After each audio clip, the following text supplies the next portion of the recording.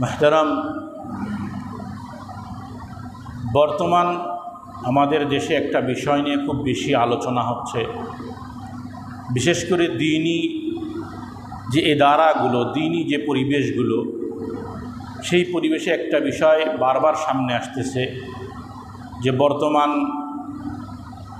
যে সরকারি ব্যবস্থাপনা, যেখানে তারা কিছু সংস্কার করতেছে, তার ভিতরে একটা সংস্কার তারা নারী সংস্কার নীতিমালা, নারী উন্নয়ন সংস্কার নীতিমালা, এটা নিয়ে উলামা একরাম বর্তমানে ময়দানে এবং বিভিন্ন জায়গায় বিষয়ে আলোচনা হচ্ছে, মানুষকে বোঝানোর চেষ্টা করা হচ্ছে।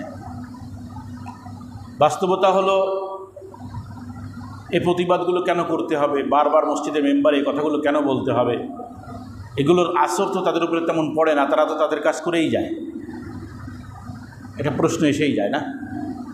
যেমন এর আগে 2011 সালেও নারী নীতিমালা প্রণয়ন হওয়ার কারণে আওয়ামী সরকারের সাথে উলামা একরামের একটা বিশাল দ্বন্দ্ব তৈরি হয়েছে। এরপরে আবার এরশাদের সময় জাতিসংঘ যখন তাদের নারী উন্নয়ন নীতিমালা দিল, এটা নিয়ে উলামা একরাম প্রতিবাদ করছে এবং সরকারিভাবে ওটা প্রণয়ন করতে পারে না। এরপরে যতগুলো সরকার আসছে, কেউ কিন্তু এটা প্রণয়ন করতে পারে নাই, আইন হিসেবে উপস্থাপন করতে পারে নাই। বাকি এনজিও সংস্থাগুলো এগুলোর প্রচারণা চালাইছে, প্রচার করছে, মানুষকে উৎসাহিত করছে যে নারী উন্নয়ন করতে হবে। 11 সালে এসে আগের সরকার, আওয়ামী সরকার, ওনরা একটা সংস্কার, শাব্দিক কিছু সংস্কার করে নারী নীতিমালা আমাদের সামনে পেশ করলো, যার কিছু ভুল দিকগুলো উলামা একরাম তুলে ধরলো এবং সরকারের সাথে একটা বেশ দ্বন্দ্বে চলে গেল। মজার ব্যাপার হলো ওটাকে যারা আওয়ামী বিরোধী তারা ব্যবহার করছে, মানে ওই আন্দোলনটাকে, মানে উলামা একরাম আন্দোলন তো করবি, যখন কোরআন সুন্নাহ বিরোধী যখন কোনো ফাইসালা সরকারের থেকে আসুক, যে সরকারই হোক, উলামা একরাম তো দ্রুত প্রতিবাদ করবে। তারাই কিন্তু আবার এখন সেই একই নারী নীতি শুধু সংস্কার করতেছে। কারণ আওয়ামী সরকার কিন্তু শাব্দিক সংস্কার করছিল যাতে তাও ডাইরেক্ট বলতে না পারে কোরআন সুন্নাহ বিরোধী। যেমন উদাহরণস্বরূপ, নারী পুরুষের সম্পদের সমান অধিকার, এটা তো কোরআন সুন্নাহ বিরোধী, তাই না? কিন্তু ওখানে দেখা গেছে যে ওই সময় কথাটাকে এমনভাবে পেশ করা হয়েছে যে ডাইরেক্ট যেন কেউ ধরতে না পারে যে নারীর সম্পদে অধিকার প্রতিষ্ঠা করা। কথা তো সুন্দর এবং বাহ্যিকভাবে ঠিকই আছে যে আসলে নারীর অধিকার প্রতিষ্ঠা করতে হবে, কিন্তু মিডিয়াগুলো প্রচার চালালো সম অধিকারের। মিডিয়া কিন্তু প্রচার চালাইছে সম অধিকারের। বর্তমান সরকার বিভিন্ন সংস্কার করতেছে, তার মধ্যে একটা সংস্কার হলো এইটা, নারী নীতিমালার বা নারী উন্নয়ন সংস্কার নীতিমালা। এই যে সংস্কার করতে যায় আওয়ামী লীগ যে বিষয়গুলোকে অ্যাভয়েড করার চেষ্টা করছে যাতে ডাইরেক্ট এগুলো কি না আসে, মানে কোরআন সুন্নাহ বিরোধী হিসেবে উলামা একরাম ধরতে না পারে, সেইগুলো ফিরাই নিয়ে আসছে। ডাইরেক্ট ওই কথাগুলো ফিরাই নিয়ে আসছে, যেমন সম্পদে নারী পুরুষের সমান অধিকার, নারী পুরুষের সমান অধিকার। এছাড়াও আরও যা যা আছে আমি অল্প অল্প করে ইনশাল্লাহ সব জানাবো যে কী কী আছে সেখানে। হ্যাঁ, এমন 318 পৃষ্ঠার ভিতরে সব যে কোরআন সুন্নাহ বিরোধী তা নয়। আমাদের সামাজিক অবস্থান এবং সামাজিক কিছু দুর্বলতার কারণে নারীরা আসলে কি মাজলুম, তা মানতে হবে, আসলেই মাজলুম। আমাদের পারিপার্শ্বিক অবস্থাটা এমন হয়ে গেছে যে নারীরা আসলেই মাজলুম। স্ত্রীর মর্যাদা পায় না, বাড়ির কাজের লোকের মর্যাদা পায়, এটা তো বাস্তবতা আছে। স্বামী স্ত্রীকে স্ত্রীর অধিকার দিচ্ছে, কিন্তু ছেলের বাপ মা অর্থাৎ শ্বশুর শাশুড়ি তাকে কাজের লোক হিসেবে কি ব্যবহার করতেছে, বলতেছে না কাজের লোক, এটা তো বলতে পারবে না, কিন্তু ব্যবহার করতেছে কাজের লোকের নেই। এরকম আরও অহরহ কর্মক্ষেত্রেও নারীদের যে কর্মক্ষেত্রগুলো আছে দেখা যায় সেখানেও তারা বঞ্চনার শিকার, ভারসাম্যহীনতার শিকার। কথা ঠিক, আমাদের সমাজে নারীদেরকে অনেকটা পিছিয়ে ফেলে দেওয়া হয়েছে, কথা ঠিক, তার জন্য তো আপনি কোরআন সুন্নাহকে দায়ী করতে পারেন না। কোরআনকে দায়ী করতে পারবেন যে না কোরআন দেয় নাই অধিকার? যদি এই কথা কেউ বলে বুঝতে হবে সে ইসলাম সম্পর্কে পুরোটাই অজ্ঞ, পরিপূর্ণই অজ্ঞ। আঙ্গুল তোলে সর্বপ্রথম যেই বিষয়টার দিকে, সর্বপ্রথম যেই বিষয়ের মধ্যে আঙ্গুল তোলে যে ইসলাম নারী পুরুষকে জেন্ডার ভিত্তিক ভাগ করে ফেলছে। নাউজুবিল্লাহ। জাতিসংঘের নারী নীতিমালাও কিন্তু হেডলাইন এটা, জাতিসংঘের নারী নীতিমালাও কিন্তু হেডলাইন এটাই, নারী পুরুষের সমান অধিকার ও লিঙ্গভিত্তিক পার্থক্য বিলুপ্তিকরণ। এটা হলো তাদের হেডলাইন। নারী পুরুষের সমান অধিকার এবং লিঙ্গভিত্তিক পার্থক্যের বিলুপ্তিকরণ। তার মানে লিঙ্গভিত্তিক পার্থক্য করা যাবে না, সৃষ্টি যেখানে লিঙ্গভিত্তিক পার্থক্য। আল্লাহ তাআলা পরিচয় দিতেছেন মানুষের, ইয়া আইয়ুহান নাসু তাকু রাব্বাকুমুল্লাযী খালাকাকুম মিন নাফসিন ওয়াহিদা ওয়া খালাকা মিনহা যাওজাহা ওয়া বাসসা মিনহুমা রিজালান কাসীরাও ওয়া নিসা। হে মানব জাতি, একটা সত্তা থেকে তোমরা সৃষ্টি হইছ, একটা সত্তা। ওই একটা আদম মানাইলাম, আদম থেকে সবগুলো বের করছি। আমার ক্ষমতা দেখো, আমি কেমন সৃষ্টিকর্তা। এরপরে তার থেকে তার স্ত্রী তৈরি কইরা ওয়া বাসসা মিনহুমা রিজালান কাসীরাও ওয়া নিসা, দুইটা জেন্ডার দিছি। কয়টা জেন্ডার? দুইটা জেন্ডার দিছি, রিজালান ওয়া নিসা, পুরুষ এবং নারী। তো সৃষ্টিগতভাবেই আল্লাহ তাআলা দুই জেন্ডার দিয়ে দিলেন। আপনি বলে দিলেন জেন্ডার ভিত্তিক পার্থক্য বিলুপ্তিকরণ। জাতিসংঘের প্রধান প্রধান বক্তব্যের মধ্যে এই একটা। এখন বিলুপ্তিকরণ করতে যায়া এই নারী নীতিমালা পরিপূর্ণরূপে যারা গ্রহণ করছে, আজকে তাদের অবস্থাটা দেখেন। আজকে দেখেন যাদেরকে আধুনিক রাষ্ট্র হিসেবে সামনে পেশ করা হয়, উদাহরণস্বরূপ স্বয়ং আমেরিকা, স্বপ্নের দেশ আমেরিকা বলে না, আমরা কি বলি, স্বপ্নের দেশ আমেরিকায় গিয়েছিল। তাদের সামাজিক এবং পারিবারিক অবস্থাগুলো একটু দেখেছেন?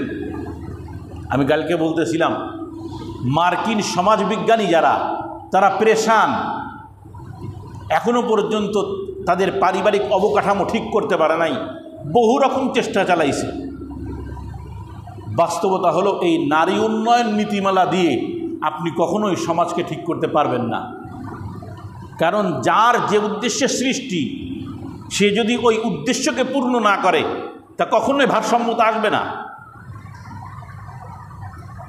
আমরা এই সমস্ত কথা বলি বিধায় বর্তমান যারা সংস্কারপন্থী, এরা কী কইছে জানেননি? যে নারীরা জেন্ডার ভিত্তিক পার্থক্য করে নারীদেরকে ঘরে বসায় দেওয়া, হ্যাঁ, আরও ইত্যাদি ইত্যাদি শব্দ ব্যবহার করা যাবে না। মানে আমরা যে শব্দগুলো এখন আমি বলতেছি না, এগুলো ব্যবহার করা যাবে না। মানে এখানে বসে যে বয়ান দিবা, ওটা করা যাবে না। সংস্কার করছে, দেখছেন নি কারবারটা? আওয়ামী লীগ একটু ফাঁক রাখছিল, এরা তাও রাখবে না। বর্তমান আন্দোলন যখন হইতেছে, তো স্বাভাবিক সব মসজিদে টুকটাক উলামা একরাম বলবেই, কারণ এটা তাদের দায়িত্ব, না বললে গুনাহগার হবে। এখন একজন মহিলা, উনি টকশোতে আসছে, আইসে ক্ষোভের রাগে ফাটতেছে। সংস্কারপন্থী হবে কেউ যে এই সমস্ত মৌলবাদীরা মসজিদের মেম্বারগুলো দখল কইরা শুধু নারী বিদ্বেষ ছড়ায়। তো সাংবাদিক জিজ্ঞাসা করছে যে তাদের বয়ানেও গিয়ে গেল, আপনি জানেন এই 2-3 সপ্তাহ ধরে আমার বাড়ির পাশের মসজিদে এই বিষয়ে কথাও চলতেছে। অর্থাৎ সাধারণত ঢাকা শহরের মাইকগুলো একটু উপরে ছাড়ে, তো উপরের মাইকটাও ছেড়ে দেয়, স্বাভাবিক এগুলো কানে যায়, এগুলো সহ্য হয় না, সহ্য করতে পারে না এগুলো। কারণ তাদের স্বাধীনতা বলতে কি, স্বামীর অধীনে থাকা সম্ভব না, বাবার অধীনে থাকা সম্ভব না। ওই স্বাধীনতা দেখাইতে যায় তো ওই যে এক সমকামী মেয়ে তার বাবাকে হত্যা করলো। আমিও দেখে প্রথমে ভয় পেয়ে গেছি, যারে কী করে, আমি তো মনে করছি বানানো মনে হয়। এবার দেখি না, এটা বানানো না। সে দৌড় দিল, বাবা তাকে ধর্ষণ করে, এই করে সেই করে। তার পোশাকটা দেখেই আমার সন্দেহ হয়েছে যে বাবা ধর্ষণ করে, ওর পোশাকের লক্ষণ তো ভালো না। ও যদি মাজলুম হইতো তাহলে ওর এই ধরনের আচরণ হইতো না, সে ভিডিও করে প্রচার চালাইতো না। কিন্তু প্রমাণ হইল কি, যে ওই মেয়ে বিকৃত ব্রেনের সমকামী বাবা, যেই বাবাটা একদম দিনদার না, খেয়াল করবেন, দিনদার না, নামাজ কালাম কিছুই পড়ে না, দিন বোঝেই না, কিন্তু সমাজ নিয়ে চলে, সমাজ নিয়ে চলে। এই রকম বাবা কি পারে তার মেয়েকে এই ধরনের অপকর্ম করা দেখতে? আমার কথা বুঝেন, দুনিয়া দিনের কিচ্ছু নাই, ধর্ম বোঝেই না সে, ধর্মের ধাও সে জানে না। এমন ব্যক্তিও চায় না আমার মেয়ে উলঙ্গ বেহায়াপনার মতন চলাফেরা করুক আর সমাজ বিচ্যুত কোনো কাজ করুক। বাবা বাধা দিছে তো বাবাকে দিছে শেষ করে। এখন অপরাধ, যে অপরাধে সে স্পষ্ট প্রমাণিত অপরাধ, যেহেতু ভিডিও করছে সে নিজেই, এখন স্বাভাবিক রায়টা ফাঁসির রায় আসাটাই স্বাভাবিক। আপনারা কি জানেন যে বর্তমান নারী সংস্কার যারা, এরা কিন্তু আরও একটা সংস্কারের প্রস্তাব দিছে, সেটা হলো ফাঁসির রায় বিলুপ্তি। এটা কি জানেন? মৃত্যুদণ্ডের রায়ের সম্পূর্ণ বিলুপ্তি, এদেশে কোনো মৃত্যুদণ্ড থাকতে পারবে না। নিউজিল্যান্ডে একবার এক মসজিদে হত্যা করা হলো না অনেকগুলো মুসলমানকে, নিউজিল্যান্ডে। তো এই গ্রুপটা কিন্তু নিউজিল্যান্ডের না, এই লোকটা যে হত্যাকারী খ্রিস্টান জঙ্গি, এ কিন্তু নিউজিল্যান্ডের অধিবাসী না, এরা একটা গ্রুপ, সন্ত্রাসী গ্রুপ। এরা এই মসজিদে হত্যাকাণ্ড চালানোর জন্য নিউজিল্যান্ডকে বেছে নিছে। কেন? আপনারা শুধু মেন সংবাদগুলো দেখেন, আরও ভিতরে হাতানো দরকার। নিউজিল্যান্ডে ওই ঘটনার মনে হয় 1 বছরের ভিতরেই মৃত্যুদণ্ডকে বিলুপ্তি করা হয়েছে। অর্থাৎ কোনো অপরাধীর শাস্তি মৃত্যুদণ্ড হবে না, যত বড় অপরাধ করুক না।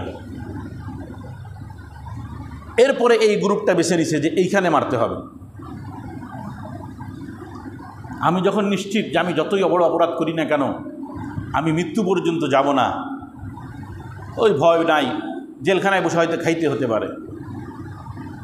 স্বাভাবিক, আপনি কিভাবে সমাজে আইন প্রতিষ্ঠিত করবেন, বিশৃঙ্খলা দূর করে শান্তি শৃঙ্খলা ফিরিয়ে আনবেন? তারা দাবি করতেছে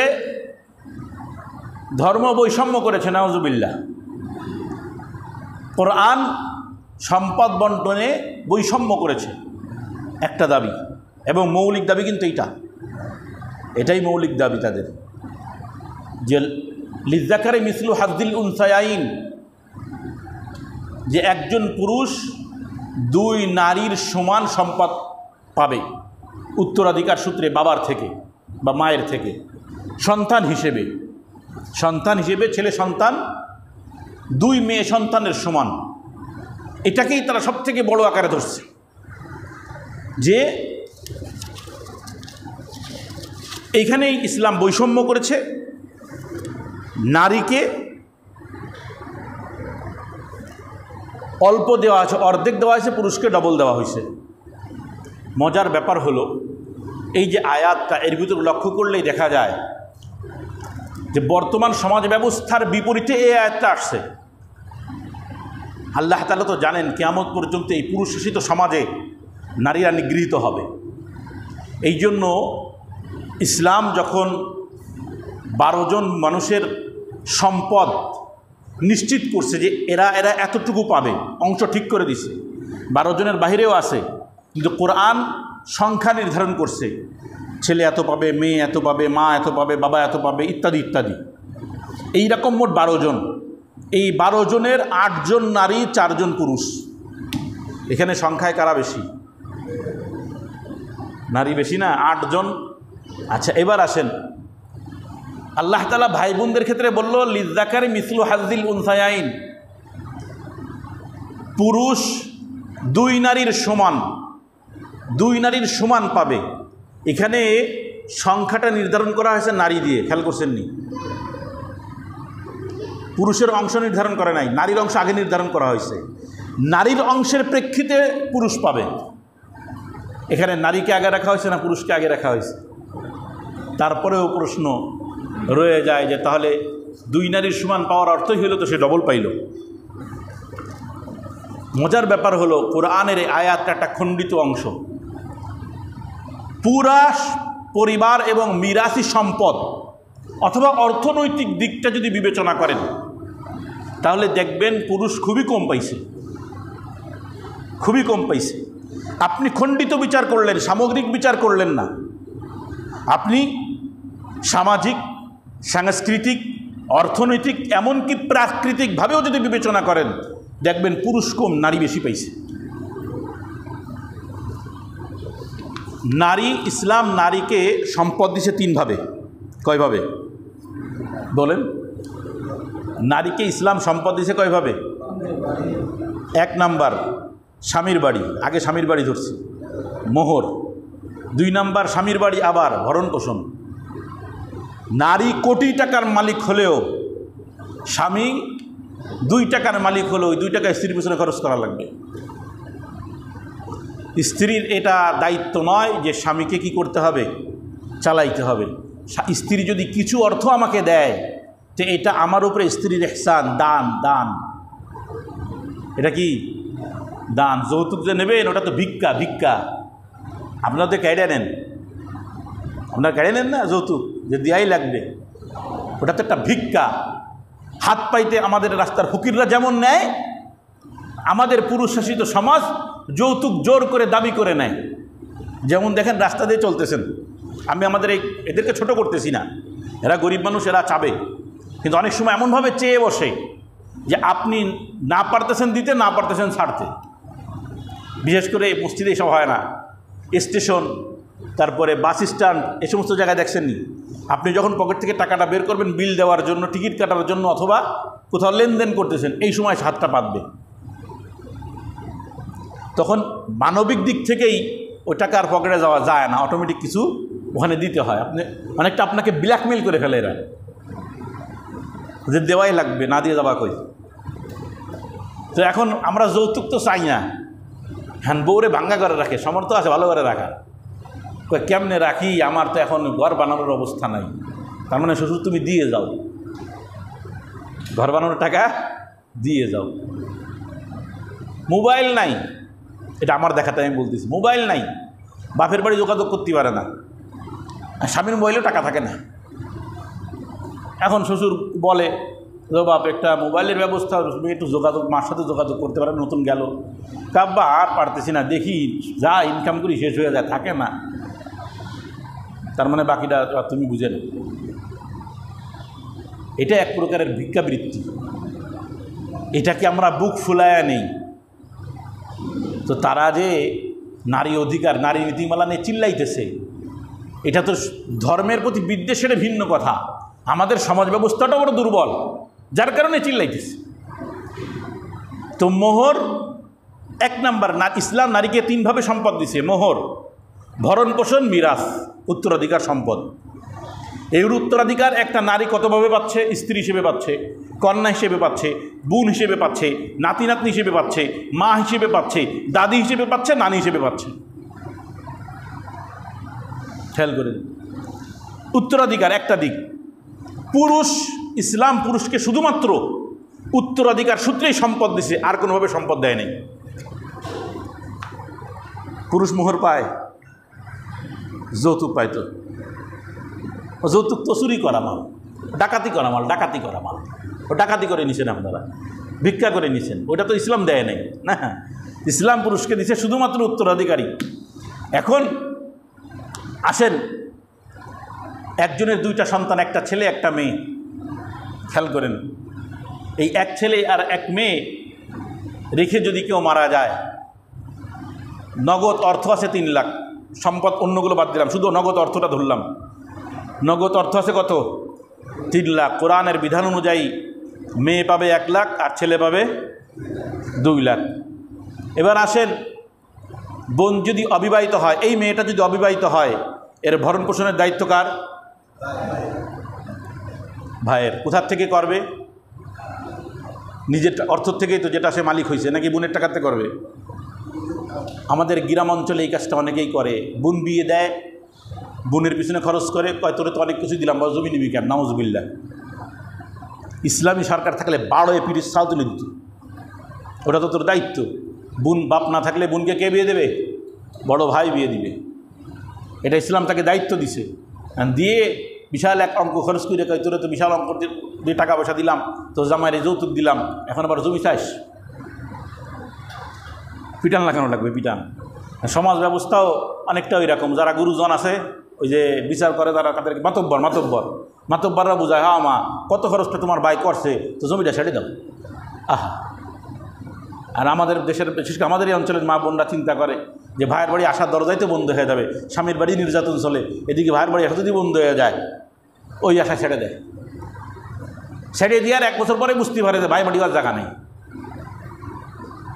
বাস্তবতা এটাই, কোনো নারী তার সম্পদ ছাড়ার কোনো জরুরত নেই, প্রয়োজন নাই, অল্প হলেও নিতে হবে ভাইয়ের বাড়ি থেকে, তার অধিকার, এটা তার হক। তো অধিকার, ন্যায্য অধিকার প্রতিষ্ঠা করার দরকার ছিল। আপনি নারী উন্নয়ন করতেছেন, কি করতেছেন? ওইদিকে 1 লাখ টাকা বোন পেয়ে 1 লাখ টাকার মালিক, খরচের কোনো খাত নাই, ভাই 2 লাখ টাকা পাচ্ছে, খরচ বোনের উপরে করা লাগতেছে, স্ত্রী থাকলে স্ত্রীর উপরে করা লাগবে, সন্তান থাকলে সন্তানের উপরে করা লাগবে। এইবার এই বোনকে যখন বিবাহ দিবে, মনে করেন 1 লাখ টাকা মোহর সর্বনিম্ন ধরলাম, এই 1 লাখ টাকা কে পাইলো? ভাই পাইলো না বোন পাইলো? মোহর, আমার কথা বোঝেন নাই, মোহর স্ত্রী পাইলো না, ওই কন্যাই তো পাইলো। তাহলে আগে 1 লাখ বাপের কাছ থেকে পাইছে, এখন 1 লাখ, সম্পদ সব বাদ, শুধু অর্থ টাকা ধরতেছি আমি, এখানে আবার 1 লাখ পাইলো। এরপরে স্বামীর বাড়ি যাওয়ার পরে সমস্ত ভরণ পোষণের দায়িত্ব কার? স্বামীর। তাহলে তার কোনো খরচই নাই, আপনি সামগ্রিক চিন্তা করলেন না। শরীয়ত এক জায়গায় দেখলেন লিযযাকারি মিসলু হাযযিল উনসায়াইন, পুরুষ বেশি পাইতেছে, নারী কম পাইতেছে, কিন্তু সামগ্রিকভাবে চিন্তা করলে দেখা যায় পুরুষের তো কিছুই থাকে না, পুরুষের তো কিছুই থাকে না। এখন এই সমস্ত কথা বইলা সমান অধিকারের দাবি তুলে এখন বলতেছে কি, যে সমান অধিকার যেমন সম্পদেও পাবে, সমান অধিকার কর্মজীবনেও লাগবে। এখন মেয়েদেরকে শিক্ষিত বানাও, ওই যে বেগম রোকেয়া বলছে, যেটা আমাদের এই নারী নীতিমালা শুরুতেই আছে, এটা যে বেগম রোকেয়া বলেছিল, তোমরা তোমাদের কন্যাদেরকে শিক্ষিত করে ছেড়ে দাও। কী করে দাও? ছেড়ে দাও, তারা নিজেই তাদের অন্নের সংস্থান করে নেবে, মানে খাবার সংস্থান, তাদের রিজিকের ব্যবস্থা তারা নিজেরাই করবে। আত্মঘাতী একটা সিদ্ধান্ত, এটা আত্মঘাতী একটা সিদ্ধান্ত। মনে করেন, আমি আমাকে দিয়ে উদাহরণ দেই, আমি আজকাল যা কামাইতেছি, আমি যা পাবো আমার বোনও তাই পাবে, আমার স্ত্রীও তাই পাবে বাপের বাড়ির থেকে। তো তুমি সমান জিনিস পাইছো, আমিও সমান পাইলাম, তো সমান পাইছো, তুমিও চাকরি করো আমিও চাকরি করি, তো তুমি চাকরি করতে যায় আমার সময় দিতে পারো না, আমি চাকরি করতে যাই তোমার সময় দিতে পারি না, তো তোমার ভরণ পোষণ আমি কেন করব? এখন নারীর দায়িত্ব ছিল যে নারী সৃষ্টির সবথেকে সুন্দর জীব, এটা জানেন তো? নারী সৃষ্টির সবথেকে সুন্দর জীব, আর পুরুষ হলো সৃষ্টির শক্তিশালী জীব। পুরুষকে দায়িত্ব দেওয়া হয়েছে কর্মঠ উদ্যমী হয়ে বাহিরের জগতে কাজ করার, আর নারীকে দায়িত্ব দেওয়া হয়েছে মানব সম্পদ গড়ে তোলার। মানব সম্পদ গড়ে তোলার দায়িত্ব দেওয়া হয়েছে। এখন আপনি যখন বলবেন অন্যের সংস্থা, খাবারের সংস্থা নিজেই তৈরি করে নেবেন নারী, তো মানব সম্পদ গড়বে কখন? বর্তমান আমেরিকার সমাজবিজ্ঞানীরা তারা সবথেকে বেশি উৎসাহিত করতেছে নারীদেরকে, যে তারা যেন বাহিরের কর্মসংস্থান ছেড়ে ঘরের ভিতরের কর্মসংস্থান গ্রহণ করে, না হলে পারিবারিক যে অবকাঠামো নষ্ট হচ্ছে, এর দ্বারা অদূর ভবিষ্যতে কোনো মানুষত্ব বলতে কিছু থাকবে না আমেরিকায়। তারা বর্তমান আমেরিকান সমাজবিজ্ঞানীরা উৎসাহিত করতেছে বেগম রোকেয়ার যেটাকে আপনি মডেল বানাইলেন, ওইটাকে এখন তারাই কি করতেছে? প্রত্যাখ্যান করতেছে, না এসব বাদ দাও, নারীদেরকে আগে ঘরমুখী করো, না হলে মানব সম্পদ আর থাকতেছে না। সমান অধিকারে কর্মজীবনে যে সমস্ত চাকরির স্থান বা চাকরিগুলো করতেছে, সে ব্যবসা প্রতিষ্ঠান বলেন আর সরকারি জায়গা বলেন, অধিকাংশই নারীরা নিগৃহীত। মুখ ফুটে হয়তো বলে না, কারণ এটা এমন একটা পরিবেশ, এমন একটা সমাজ, বলে না, বললেই জানে যে সারা সমাজের মধ্যে আমাদের কি হয়ে যাবে, ধ্বংস ডেকে আনবে, আমাদের মুখ থাকবে না, তারা বলেও না। অনেক স্ত্রী অপকর্মে জড়ায় পড়ছে স্বামীর অজান্তেই, শুধুমাত্র ওইগুলো সামনে আনতে পারতেছে না, কারণ বিশাল এক চাকরি ছাড়লেই তো টাকা পয়সা গেল গা। নারীদেরকে ঘরের বাহিরে আনার সবথেকে বড় ভূমিকা হলো পুঁজিবাদী সম্প্রদায়ের। তারা অর্থনৈতিক উন্নতি ঘটানোর জন্য নারীদেরকে ঘরের বাহিরে আনছে, ওইদিকে মানব সম্পদ ধ্বংস হয়ে যেতেছে। এখন মজার ব্যাপার হলো, ঠিক আছে সমান অধিকার যখন সম্পদে, তাহলে মোহর কেন লাগবে? মোহর কেন লাগবে? কেন মোহর দেওয়া লাগবে। আমাদের কাছে আসলে কি লাগবে? মোহর দেওয়া লাগবে। ওখানে অধিকার একটু বেশি হয়ে গেল এবার, তাহলে সমান থাকলো নি? আমার কথা বুঝলেন? সম্পদে সমান অধিকার যদি হয় তাহলে বৈবাহিক ক্ষেত্রেও সমান অধিকার হওয়া লাগবে না? তো তোমার আমি মোহর কেন দিব? এইবার মোহরের দাবি ঠিক আছে, নারী উন্নয়ন সংস্কার যারা করতেছে তারা কি করতেছে, ওই দাবি ঠিক আছে, মোহর দেওয়া লাগবে। তবে তালাকের অধিকার শুধু পুরুষের হলে হবে না। শরীয়ত তালাকের অধিকার কাকে দিছে? পুরুষকে দিছে, নারীকে তালাকের অধিকার দেয় নাই। হ্যাঁ, স্বামী যদি স্ত্রীকে নিজের উপরে তালাক নেওয়ার অধিকার দেয়, তালাক দেওয়ার না, কি তালাক নেওয়ার, স্ত্রী যদি এই অধিকার পাওয়ার পরে বলে আমি তোমাকে তালাক দিলাম, তালাক হয় না, বরং বলতে হয় আমি আমার উপরে তালাক নিলাম। তখন যে তালাক হবে যদি স্বামী স্ত্রীকে অনুমতি দেয়। ওই যে 18 নম্বর কলামে যদি সই দেন আর কি। খবরদার, যারা বিয়ে করেন না তাদেরকে শিখাই দিতেছি, বাঁশ দিয়ে পিটাইলেও বিয়ে ভেঙে যাবে, তারপর 18 নম্বর কলামে সই দেবেন না। ওই এক জায়গায় ফেসে গেছে পুরুষ মানুষ।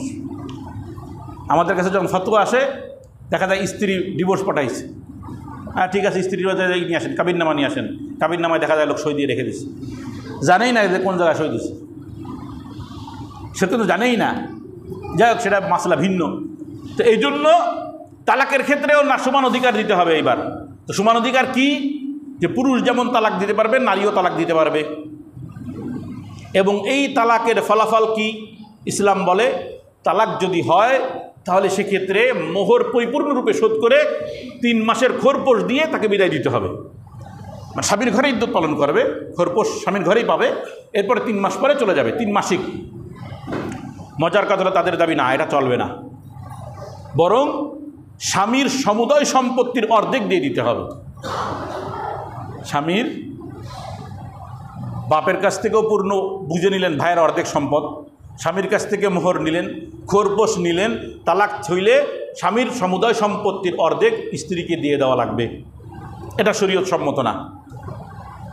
এখন কথা হলো যে হুজুর, এই যে নিয়ম আজকে ইউভুক্ত যে রাষ্ট্রগুলো আছে এবং আমাদের মুসলমান রাষ্ট্রের মধ্যে ইন্দোনেশিয়া অথবা মালয়েশিয়া যে কোনো এক দেশে এটা আছে, মজার ব্যাপার হলো সেই রাষ্ট্রগুলোর অবস্থা দেখেন এখন কি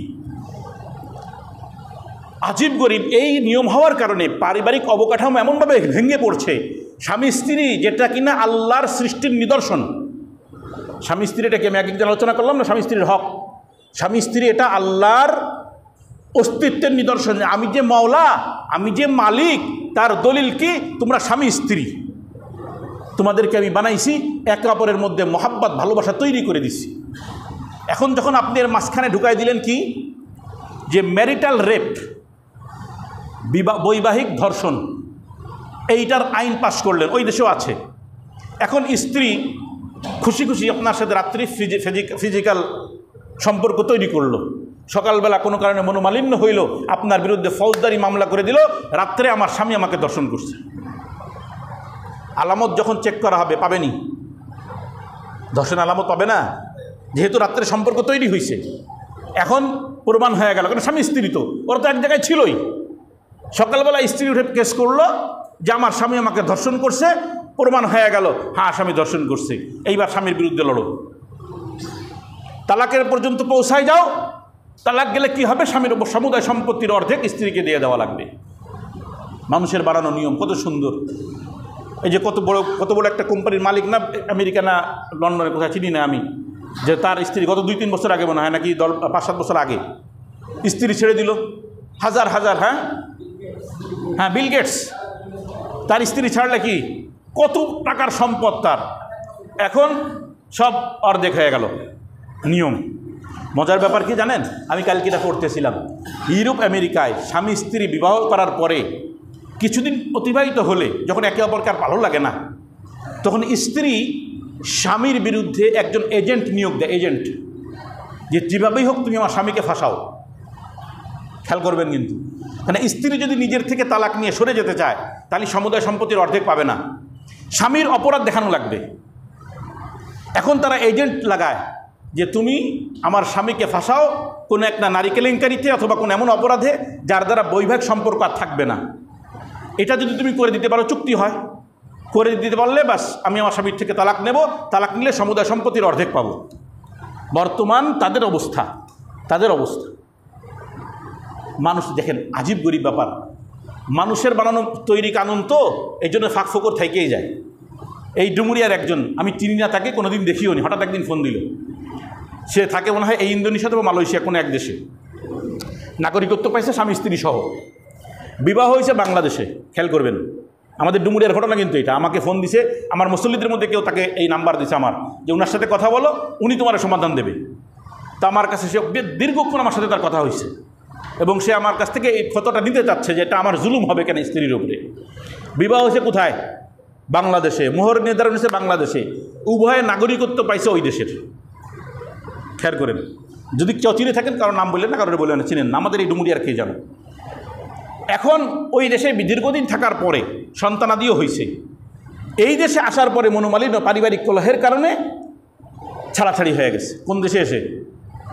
আমাদের দেশে। আমাদের দেশের নিয়ম অনুযায়ী 3 মাসের খোরপোশ সহ মোহর পেয়ে যাবে এবং মোহরও মোটা অঙ্কের মোহর। আবার এখন মনে নেই, আরও 1-1.5 বছর আগের ঘটনা, 2 বছর আগের ঘটনা বলতেছি আমি। সম্পূর্ণ মোহর দিয়ে দিছে, খোরপোশ দিয়ে দিছে। এই স্ত্রী, যেহেতু স্ত্রী এখন ওই দেশের নাগরিক, পরবর্তীতে ওই দেশে চলে গেছে। ওই দেশে যে আবার স্বামীর উপরে কেস করছে। কেন কেস করছে? ওইখানের নিয়ম অনুযায়ী কি সমুদায় সম্পত্তির অর্ধেক। এখন সে আমাকে ফোন দিয়েছে, হুজুর এখন আমার করণীয় কি? আমি তো ইসলামিক নিয়ম অনুযায়ী আমি তার মোহরও মিটাই দিছি এবং 2 ফ্যামিলি বসে সুন্দরভাবে সমঝোতার সাথে আমাদের বিচ্ছিন্নতা হয়ে গেছে। তার খোরপোশ দিয়ে দিছি এবং বেশি দিছি। সন্তানাদের খোরপোশও আমার হাতে, অর্থাৎ সারা জীবন আমি দিব। কিন্তু এখন সে ওই দেশে যায় আমার সম্পদ হাতানোর জন্য দুনিয়ার এই নিয়মটা আমার উপরে চাপাই দিতে চায়। আমার করণীয় কি? এখন আমার কথা এখানে আমি কী ফতোয়া দিব? এটা তো ওই দেশের নিয়ম। তাই আমি বললাম, হ্যাঁ এটা আপনার উপরে জুলুম হচ্ছে। এটা তো কি ইসলামী নিয়ম অনুযায়ী জুলুম না? তা জুলুম যখন হচ্ছে, এখন শুধু যদি এটা জুলুম হয়ে থাকে, খুব মজার কথা, খেয়াল করেন, আমার দিকে তাকান, মনোযোগ দিয়ে খেয়াল করেন, যে আমার উপরে যদি এটা জুলুম হয়, এই জুলুম প্রতিহত করার জন্য কোনো ব্যবস্থা নেওয়ার সুযোগ আছে কি না? হ্যাঁ অবশ্যই আছে। আপনার উপরে জুলুম হবে আর এই জুলুমকে ঠেকানোর জন্য কোনো ব্যবস্থা গ্রহণ করা বৈধ পন্থায় জায়েজ আছে। তো বললো, হুজুর একটা নিয়ম আছে ওই দেশে। খেয়াল করেন, ওই দেশে একটা নিয়ম হলো স্বামী স্ত্রী ছাড়াছাড়িলে সম্পদ 2 ভাগ হয়ে যাবে। তবে স্বামীর উপরে যদি কোনো লোন থাকে, খেয়াল করবেন, স্বামীর উপরে যদি কোনো লোন থাকে, এই লোনও 2 ভাগ হয়ে স্ত্রীর উপরে চলে যাবে। খেয়াল করছেন তো? মানুষের বানানো আইন, কোথায় ফাঁক ফোকর আছে? আমি বললাম, এটা কি শুধু ওই দেশে নাকি সব? না, সব দেশেই একই নিয়ম। যেসব দেশে এই নিয়মটা করা হয়েছে, তো স্বামী যদি কোনো লোনের শিকার হয় তাহলে ওই সম্পদ যেমন ভাগ হবে, লোনও ভাগ হবে। এখন আমি বললাম, আপনি এখন কী করবেন? কারণ আমার এক বন্ধু আছে, তার ফার্ম আছে, সেই ফার্মে শরিকানা হয়ে আমি একটা লোন নিব। এই লোন নিলে পরবর্তীতে সে এই লোনের ভাগিদার সে নিজেও হয়ে যাবে, ওটার থেকে বাঁচার জন্য সে আমার এই সম্পদ ছেড়ে দিতে বাধ্য হবে। তাই আমি বললাম যে লোন নিলেন তো ফায়দা কী?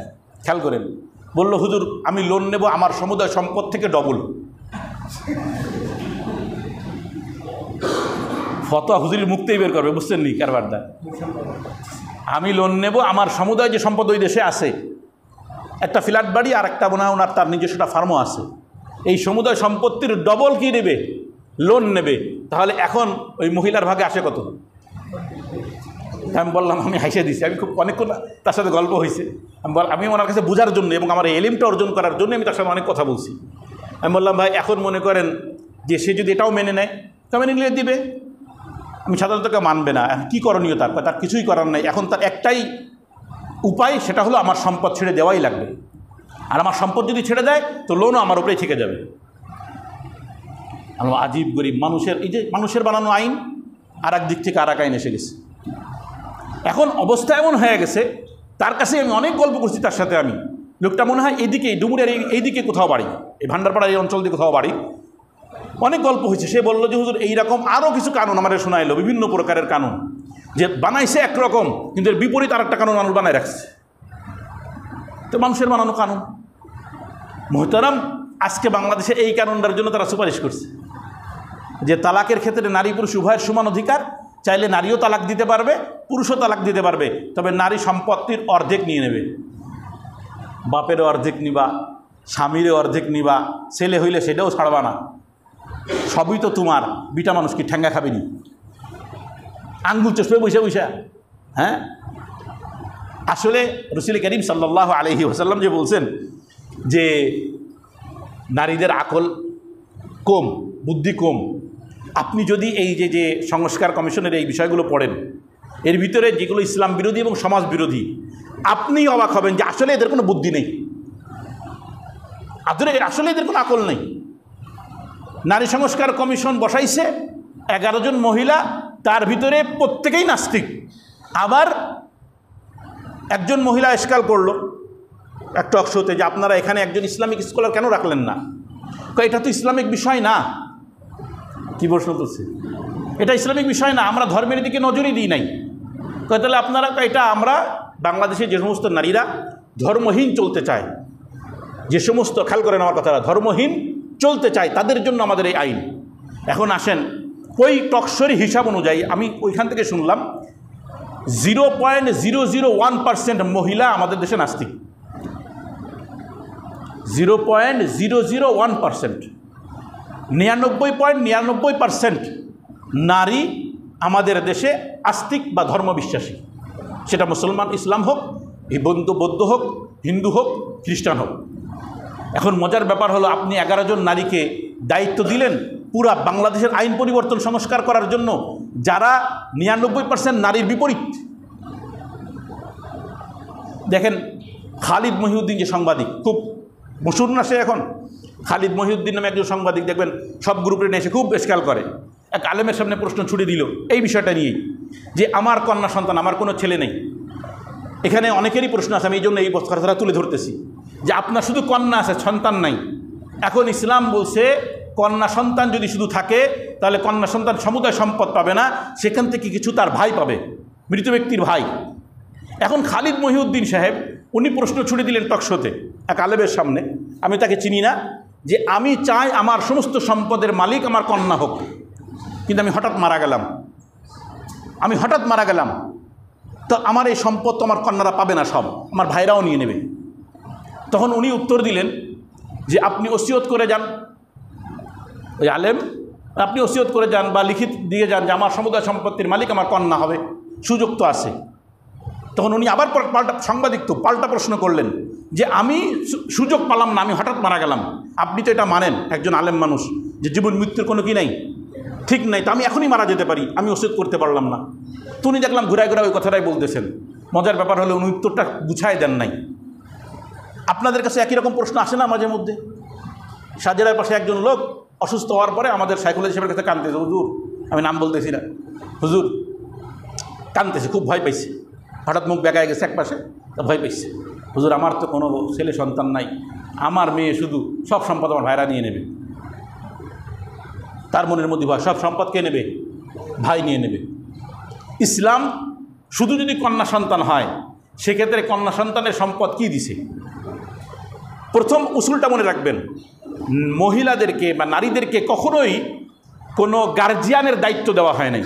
খেয়াল করবেন শরীয়তে, এটা ধরে রাখেন। এবার এই এক পাশে রাখেন, আপনার কন্যা আপনি মারা যাওয়ার পরে অথবা মারা যাওয়ার আগেই যদি সম্পদ শরীয়ত অনুযায়ী দেন, 2/3 পাবে সমুদায় সম্পত্তির। কত? 2/3, 1/3 পাবে হলে, আর ভাই পাবে হলে 1/3। এখন আসেন ভাইকে, সর্বপ্রথম প্রশ্ন হলো কে? ভাইকে। সন্তান যেমন আপনার রক্তের, ভাইও তো আপনার রক্তের। কোরআন আপনার ভাইকে সম্পদ দিছে, খেয়াল করছেন কোন দিক থেকে দিছে? এই যে জাবিল ফুরুজ, যারা কোরআন যে 12 জনের সম্পদ ভাগ করছে, এরা সব রক্তের আত্মীয়, রক্তের। আমাকে কোরআন রক্তের সাথে রক্তের মধ্যে জুড়াই দিছে, আর আপনি সমাজ বা সমাজের বিরূপ অবস্থানের কারণে আপনি ভাইকে দূরে ঠেলে দিতেছেন। আসেন, আপনি যদি বিছানায় পড়ে যান, আপনার সন্তান, ছেলে সন্তান নাই, খেয়াল করবেন, আপনি বিছানায় পড়ে গেলে আপনার দেখভালের দায়িত্ব কার? ওই যে বললাম, নারীদেরকে কিন্তু গার্জিয়ান বানানো হয় নাই। এখন যদি ছেলে সন্তান না থাকে, আপনার দেখভালের, বা আপনি যদি মাহজুর হয়ে যান, অসুস্থ হয়ে পড়েন, ইনকামহীন হয়ে পড়েন, আপনার সমস্ত দায়িত্ব ভাইয়ের। শরীয়ত ভাইকে দায়িত্ব দিছে বিদায় ভাইকে সম্পদও দিছে। কিন্তু যদি সন্তান থাকে, আপনার ছেলে সন্তান থাকে, তখন আর ভাইয়ের দায়িত্ব নাই, দায়িত্ব কার? ছেলের। এই জন্য ছেলেকে সম্পদ দিছে। ছেলে থাকলে আর ভাই পায় না।